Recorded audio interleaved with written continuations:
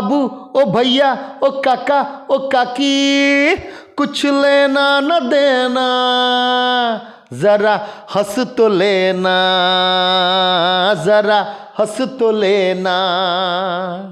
हंसता घर बसता है, पुरखों ने बोला था, स्वस्थ जीवन का तो राज ये खोला था।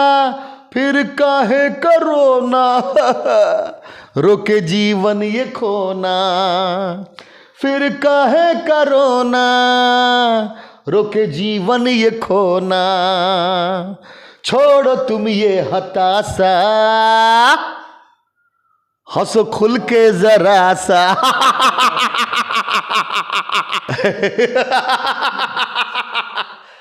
तो देखिए, मेरा मानना यह है कि सिवान एक ऐसा जिला है जहाँ जिसने अपने देश के प्रथम राष्ट्रपति को दिया। सिवान को तो पर्यटन स्थल होना चाहिए। यहाँ कुछ नहीं हुआ, कुछ नहीं हुआ, कुछ हुआ ही नहीं। जिस जिला में पर्यटन स्थल होना चाहिए कुछ नहीं हुआ, जिसने देश के प्रथम राष्ट्रपति को दिया। हो सकता है परमात्मा ने मुझे इसीलिए सिवान में भेजा हो। मैं तो बहुत जगह गया, दिल्ली रहा, मुंबई रहा, राजस्थान रहा, लेकिन मुझे सिवान जब मैं आया तो मुझे यहाँ अच्छा लगा, मैं यहाँ रह गया।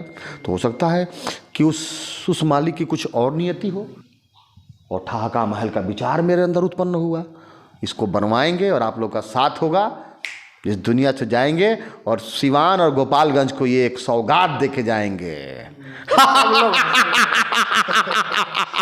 इस हंसी को यूं ही नहीं लेके चले जाएंगे, क्योंकि इस हंसी में लोगों का कहना है, लोगों का मानना है कि इस हंसी ने बहुतों के जीवन को बदल दिया है, बहुतों के जीवन में आनंद उत्सव से भर दिया है, बहुतों को टेंशन से मुक्त करा दिया है, शुगर बीपी से बचा दिया है इस हंसी ने। तो इस हंसी में औषधि है, परमात्मा ने दिया है, तो इसको मैं दे के जाऊंगा, लेके नहीं जाऊंगा।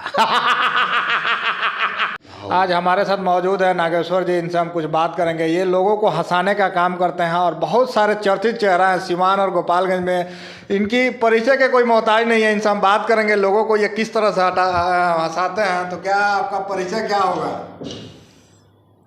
जी, मेरा नाम नागेश्वर दास है, लोग मुझे लाफिंग बुद्धा के नाम से जानता है। किस तरह से आप लोगों को हंसाते हैं? मैं किसी को हंसाता नहीं हूँ। किसी को नहीं हंसाते हैं? नहीं, क्योंकि किसी को हंसाने के लिए कोई कॉमेडी करना होता है, कोई जोक्स करना होता है। तो मैं कोई कॉमेडी नहीं करता, कोई जोक्स नहीं करता, बस मैं हंसता हूँ स्वयं में। और जो मैं स्वयं में हंसता हूँ, ये जो मेरा ऊर्जा जो निकलता है, इस ऊर्जा से लोग प्रभावित होते हैं और लोग हंसते हैं। हंसी देखकर लोग हंसते हैं। जी, इसीलिए लोग मुझे लाफिंग बुद्धा के नाम से जानता है। अन्यथा अगर मैं कोई कॉमेडी करता, कोई जोक्स करता, तो मैं कोई कॉमेडियन होता, कोई हास्य कवि होता। लेकिन लाफिंग बुद्धा के नाम से इसलिए हमारी पहचान है। मैं कोई कॉमेडी नहीं करता। जी, अभी तक जो है कितना लोगों को जो है आपसे बहुत सारे लोग प्रभावित भी हुए हैं और अब भगवान जाने, आपको देख करके हंसना भी सीख गए हैं। भगवान जाने। तो बड़ी खुशी की बात है कि मैं तो मेरा मानना यह है कि जीना तो है उसी का जिसने ये रात जाना, है काम आदमी का औरों के काम आना।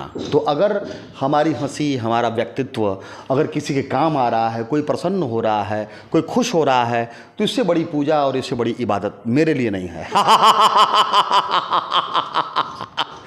आप बहुत सारे जेलों में गए हैं, वहाँ पे भी लोगों को हंसाने का काम किया। ये कैसा, आप कैसे इतना जेल में जा कर के लोगों को हंसाते हैं? जी, मेरा मानना है कि जो लोग भटके हुए हैं वही लोग सही रास्ते पे आते हैं, और जो लोग जेल में हैं उनके पास हमसे कहीं ज़्यादा ऊर्जा है, हमसे कहीं ज़्यादा शक्ति है।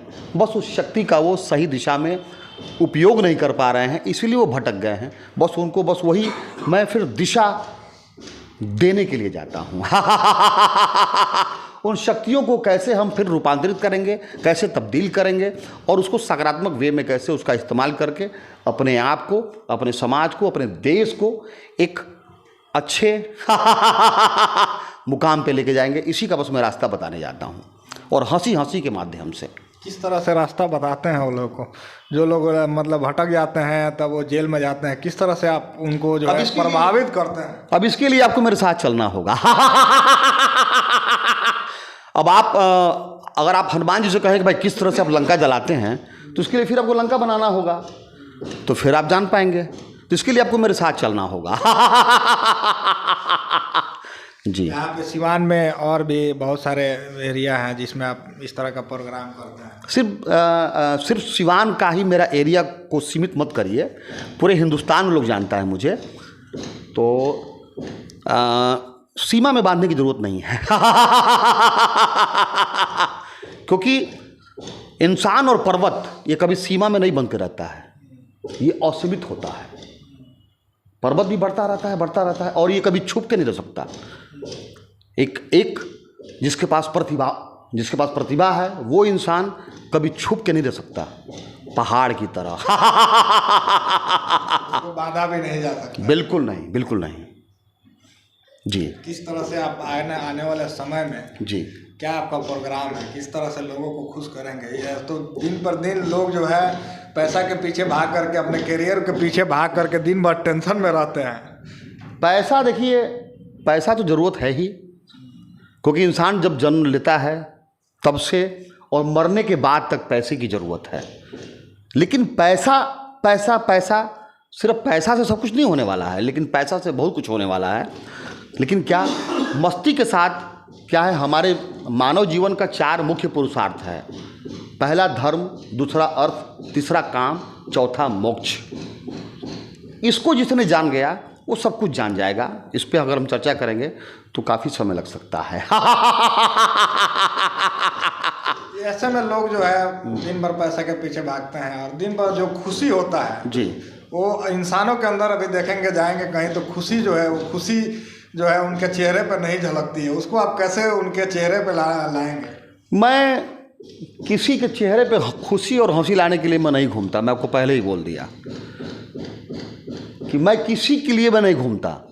मैं अपने मस्ती में घूमता हूँ और लोग मुझको देख के मस्त हो जाता है। आपको देख के ये मस्त हो जाता है? जी, क्योंकि आपकी मस्ती ही सामने वाले को मस्ती में लाती है, आपकी त्रस्ती ही सामने वाले को त्रस्त कर देती है। आप जब किसी से मिलते हैं आपका चेहरा बना रहेगा, आप सीरियस रहेंगे, सामने वाला कितना भी कैसा रहेगा वो सीरियस हो ही जाएगा। अरे यार सामने वाला क्यों? जब आप मस्त रहेंगे तो सामने वाला मस्त रहेगा। मेरा बस यही मानना है। आप खुश रहें, सामने वाला आपको देख के खुश हो जाएगा। आप त्रस्त रहें, सामने वाला एक बार 2 बार कहेगा यार इसका मुंह मत देखना, यार इसका मुंह देखोगे तो तुम्हारा पूरा दिन खराब हो जाएगा। तो मैं किसी का दिन क्यों खराब करूं? आपको जो देखेगा उसका दिन जो है एकदम। जी, मेरा ये मानना है कि मुझे जो देखे उसका दिन बेहतर हो जाए, उसका जतरा बन जाए। जी, आपको देख के जतरा बना। जी, पतरा की जरूरत नहीं है। बहुत सारा आप किताब भी आपके ड्रॉअर में देखे, बहुत सारा किताब भी आप रखे हैं, बहुत जी, सारा किताब आप पढ़ते भी हैं। जी, जिसमें मैंने देखा कि आप कुरान शरीफ भी रखे हैं जी, और गीता भी रखे हैं, बहुत सारे। इसका क्या राय है? मजहब नहीं सिखाता आपस में बैर रखना, और इंसान को उसके अंदर इंसानियत तब आती है जब वो सबसे प्रेम करता है। जैसे अगर मेरा पिता अच्छा है तो मैं सामने वाले के पिता के बारे में बुरा नहीं कह सकता। मेरा बाप अच्छा है, तुम्हारा बाप बुरा है। मेरा धर्म अच्छा है, तुम्हारा धर्म बुरा है, ये नहीं कह सकता। धर्म कभी भी किसी को प्रेम, एकता, भाईचारा सिखाता है, मानवता सिखाता है। और इसलिए मैं सारे ग्रंथों को मैं पढ़ता हूँ और उसको सम्मान देता हूँ। सबको पढ़ते हैं, सबको समझते हैं, लेकिन सबको कुछ सम्मान लोग देते हैं। थोड़ा ही पढ़ते हैं और थोड़ा ही पढ़ के जो है अपने आप को विद्वान समझ लेते हैं। अरे नहीं, मैं तो बहुत अबोध आदमी हूँ, और मैं तो बहुत अबोध हूँ। और अभी जब तक जीवन है तब तक कुछ न कुछ सीखना है। हम लोग को आपसे अगर सीखना है तो क्या क्या चीज़ सीख सकते हैं? कुछ नहीं, बस एक ही चीज़ सीखना है कि मस्त रहना है, मस्त रहना है, मस्त रहना है, मस्त रहना है। क्योंकि पग पग पे लोग खड़े हैं आपको तकलीफ देने के लिए। आपके साथ ऐसा बिहेव करेंगे, आपके साथ ऐसा व्यवहार करेंगे कि आपको कष्ट हो जाए और आप तकलीफ में पहुंच जाएं। तो इसलिए आप अपने आप को मस्त रखिए ताकि किसी का प्रभाव आपके ऊपर न पड़े। कभी कभी हम उस बात को लेकर के रात में भी बैठते हैं तो हम दुखी हो जाते हैं, कुछ बात को लेकर सोच करके। जी, उससे हम कैसे निकलेंगे? जब कुछ बात को सोच करके दुखी हो जाते हैं तो फिर कुछ अच्छे बातों को, उन लम्हों को सोच करके, जिन लम्हों में आप प्रसन्न हुआ करते थे, उनको सोच के फिर आप खुशी हो जाइए। आसान सा रास्ता है। अगर कुछ लोग ऐसे होते हैं जिसको देख करके दुखी हो जाते हैं, कहीं जाते हैं तो लगता है कि उनके ऊपर जो है दुखों का पहाड़ टूटा है, इसलिए वो एकदम मतलब मुरझाए हुए जैसे फूल नहीं रहता है कि जाएंगे तो कुछ बाग में जो कुछ फूल मिलते हैं वो एकदम हंसते रहते हैं, और कुछ फूल मिलते हैं जो एकदम मुस्कुराते रहते हैं, जिसको दिल देख करके खुश हो जाता है। अब उनका फितरत ही अगर है, उनका फितरत अगर है दुखी रहना, तो आप उनकी फितरत को चेंज नहीं कर सकते और न मैं कर सकता। उन्होंने अपने आप को ये स्वीकार कर लिया कि भैया मैं दुखी आत्मा हूँ, मुझे हमेशा मुंह बना के ही रहना है। और दो कारण से, या तो अपने आप को बहुत ज़्यादा एजुकेटेड समझते हैं, बहुत ज़्यादा अपने आप को विद्वान समझते हैं कि भैया मैं बहुत एजुकेटेड व्यक्ति हूँ, मुझे गंभीर रहना चाहिए, मैं अगर हंसूंगा, मैं किसी से अगर बोलूँगा तो हमारी इमेज डाउन हो जाएगी, लोग हमको हल्का समझेंगे। तो ये उनका हल्का सोच है। ये उनका सोच हल्का है। क्योंकि मेरा मानना है कि जब आप जितना भी ज़्यादा शक्तिशाली हैं, जितना भी ज़्यादा विद्वान हैं, जितना भी ज़्यादा आप जो भी हैं, आप जो भी मानते हो अपने आप को, मस्ती नहीं है तो सब कुछ बेकार है। क्योंकि मेरा जब तक आपके पास मस्ती है तभी तक जिंदा आपकी हस्ती है, वरना वीरान ये बस्ती है। आप शायरी भी अच्छा खासा करते हैं? नहीं, कुछ नहीं, मैं शायरी और नहीं करता, बस दो चार चीज़ बस जो ज़रूरत की चीज़ें हैं बस वही बस बोल लेता हूँ। मैं शायर नहीं हूँ। थोड़ा एक चीज़ हम आपसे सुनना चाहेंगे कि क्या? किस तरह से जो अगर जाते हैं कहीं प्रेजेंट करते हैं, लोग दुखी रहते हैं, तो किस तरह से आप अपना प्रभाव डाल देते हैं ताकि सारे जो लोग हैं आपको देख करके हंसने लगते हैं, आपके हंसी के साथ वो भी। आसान सा रास्ता है। मैं क्या करता हूँ, अपना मोबाइल निकालता हूँ, मोबाइल निकाला, कुछ नहीं करूँगा, बस ऐसे करूँगा। और भैया हाल चाल ठीक ठाक है? सामने वाला सोचेगा भाई ये कि बतिया रहा है कि हंस रहा है, तो सोचता है कि घसक गया है, वो सोचता है सामने कि घसक गया है, और ये सोच उसको मजा आता है और फिर वो हंस देता है। कुछ लोग तो ये भी सोचते हैं कि इसका स्क्रू जो है ढीला है। बिल्कुल, यही सोच के लोग हंसता है, क्योंकि लोगों को एक मूर्ख चाहिए जिस पे वो हंस सकें, क्योंकि लोग पढ़े लिखे लोग हैं, लोग विद्वान लोग हैं, लोग हंसते तो हैं नहीं, लोग कभी भी हंसते हैं तो मूर्खों पे हंसते हैं। कहते हैं ना कि ना हंस कभी किसी पे, ना सता कभी किसी को, ना हंस कभी किसी पे, ना सता कभी किसी को, न जाने कल को तेरा क्या हाल हो यहाँ पर, सांसों का क्या भरोसा, रुक जाए कब कहाँ पर, रुक जाए कब कहाँ पर। तो कभी भी किसी पे हंसना नहीं है, लेकिन लोग यहाँ औरों पे ही हंसने का लत डाल लिए हैं।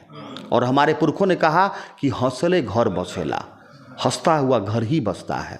इस सार को, इस रहस्य को लोग भूल गए। जी, इस कहावत का सार यही था कि हंसले घर बसेला, यानी जिस घर के लोग हंसते हैं वो घर बसता है, उस घर में प्रेम, एकता, भाईचारा जिंदा रहती है, उस घर में कोई बीमारी नहीं आती, उस घर में कोई समस्या नहीं आता।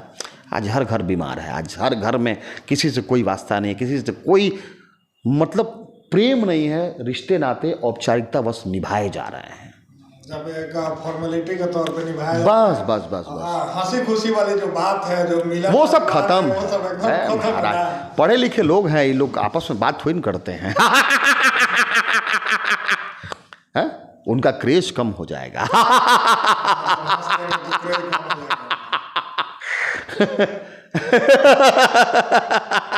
आपको कोई देखेगा तो हम भी आपके पास आए तो आपको देख करके, आपकी हंसी को देख करके हम भी जो है लग रहा है कि अब आपके साथ देखेंगे, आपके साथ रहेंगे तो दिन भर हंसते ही रहेंगे। जी, धन्यवाद अहोभाव उस परमात्मा का और आपका, कि परमात्मा ने ऐसा मुझे बना के रखा है कि लोग मुझे देखें, मुझे सुने तो हंस पड़े।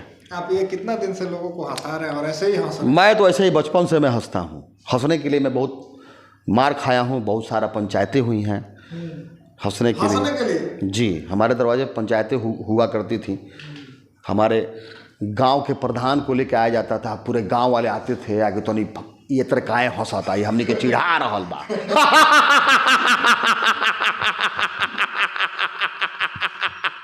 ये बड़का घर के हाथ हमने के चिढ़ाई। फिर जो उसमें से जो जैसा लगता था, कोई मेरा चाचा लगता था, कोई कुछ हमको खूब गरियाता था और मैं फिर भी हंसता था। कहते क्या करबो, एक रहनी है ये भाई, हंसबे करी, गरीब तब वो हंसी। सब लोग चले जाते थे। आपको हंसने के लिए पंचायत जी। अभी वो लोग क्या, आप जो है इसको अपना पैशन बना लिए कि हम इसी के साथ जो है मैं अपनी जिंदगी को गुजार लेंगे और लोगों को भी हंसना सिखा ही देंगे। मैं आप कहाँ लोग क्या बनाया? करते हैं? मैं कहाँ बनाया? इंसान तो खुद से कुछ नहीं कर सकता है। मैं अकेला इस धरती पर आया नहीं, मुझे लाने वाले दो थे। मैं कुछ कर नहीं सकता क्योंकि कभी भी मतलब आप अकेले कुछ नहीं कर सकते। कर सकते हैं क्या? ना तो इसलिए ये मैं का शब्द हटाना बहुत ज़रूरी है। गाना वगैरह भी लिखते हैं और गाते भी हैं। आपका यूट्यूब चैनल पर मैंने देखा था कि आपने कुछ वहाँ पे गाना लिखा था। हाँ, बहुत सारे गाने हम लिखते हैं, गाते भी हैं, भगवान की कृपा से। हमारे दर्शक को कुछ सुनाना चाहेंगे उसमें से, जो सुने तो उसके मन में जो है जो गुस्सा है वो निकल आए और हंसी का जो आलम है उनके चेहरे से साफ झलकने लगे, अगर ये आपका गाना सुने तो।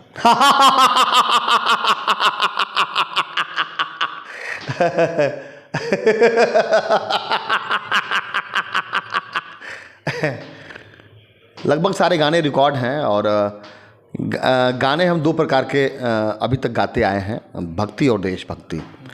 अभी इस बीच में हम कुछ हंसी पे भी गीत हम लिख रहे हैं। अभी हंसी पे मैंने पहला गीत अभी लिखा है और गाया है और वो लॉन्च भी हो गया है, यूट्यूब पे है, ज़रा हंस तो लेना। तो उसका 2 लाइन सुना देता हूँ मैं आपको।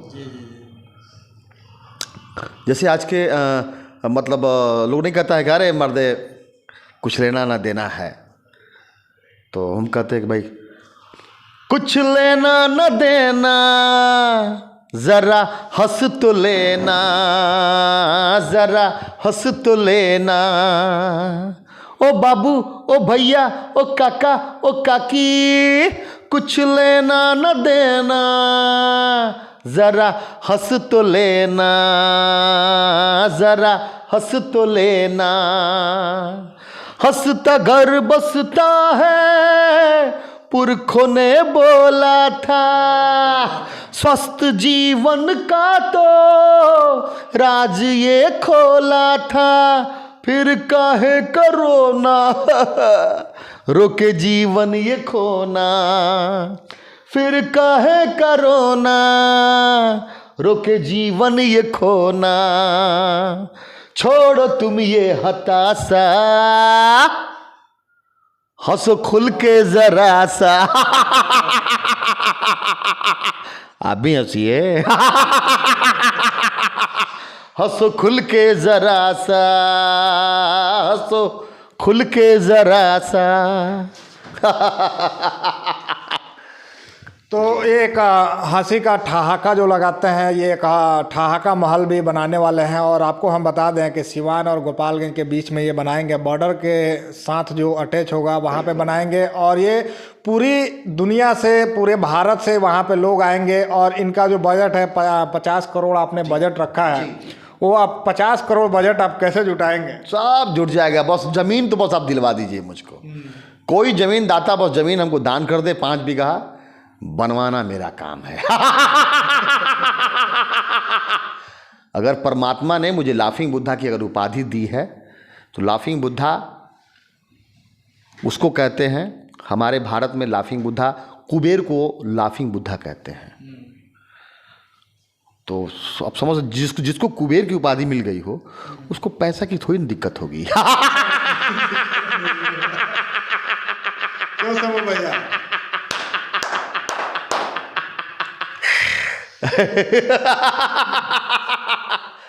तो देखिए, मेरा मानना यह है कि सिवान एक ऐसा ज़िला है जहाँ जिसने अपने देश के प्रथम राष्ट्रपति को दिया।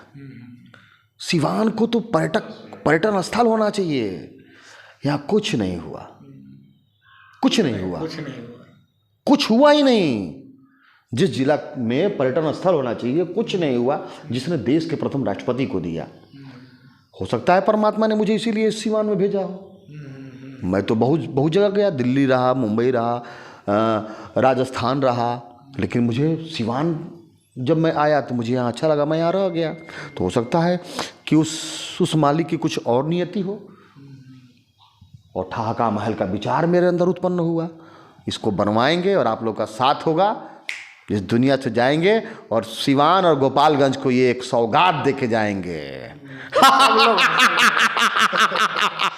इस हंसी को यूं ही नहीं लेके चले जाएंगे, क्योंकि इस हंसी में लोगों का कहना है, लोगों का मानना है कि इस हंसी ने बहुतों के जीवन को बदल दिया है, बहुतों के जीवन में आनंद उत्सव से भर दिया है, बहुतों को टेंशन से मुक्त करा दिया है, शुगर बीपी से बचा दिया है इस हंसी ने। तो इस हंसी में औषधि है, परमात्मा ने दिया है, तो इसको मैं दे के जाऊंगा, लेके नहीं जाऊंगा।